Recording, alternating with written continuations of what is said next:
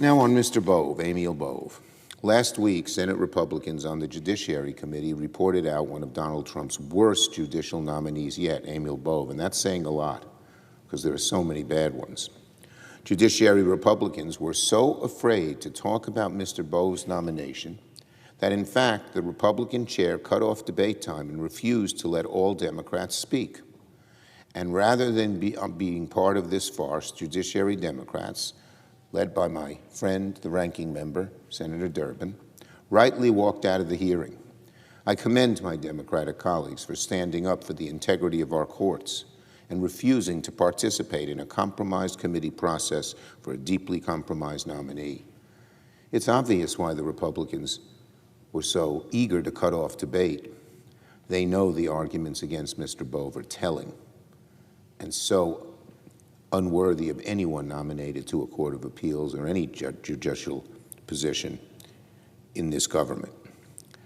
Mr. Bove is the perfect example of the type of person Donald Trump wants on the bench.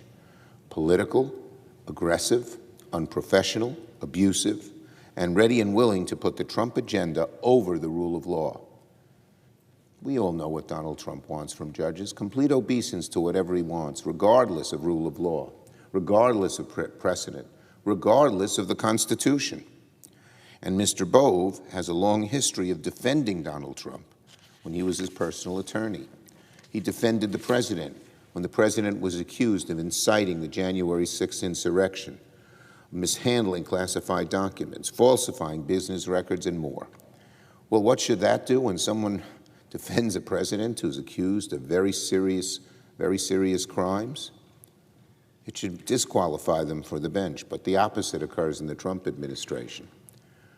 His defense of Trump's indefensible actions earned him a top spot at the DOJ, where he used his power to fire prosecutors who were working on criminal cases for the January 6th insurrectionists. That's right.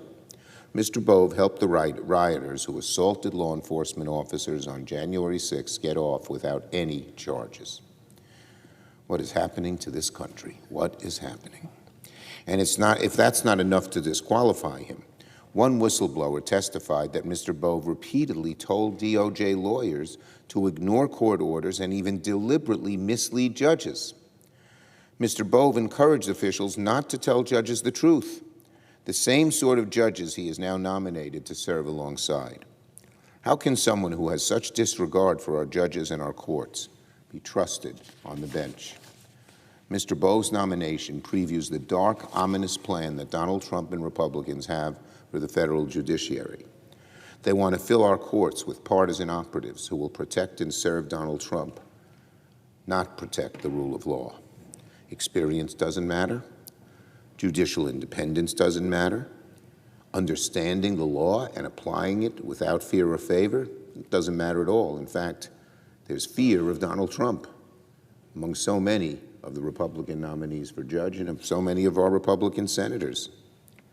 For Donald Trump, the only thing that matters when it comes to judges is unyielding fealty to himself. We have never seen, never, such a disastrous mandate for our federal courts in all of American history. And if the Republicans proceed, the damage to our judiciary will be irreversible. Mr. Bove's nomination is an insult to every single qualified independent judge who has ever sat on the federal courts. He should never have been nominated, he should never have been reported out of committee, and he should never, never be confirmed by the Senate to such an important job.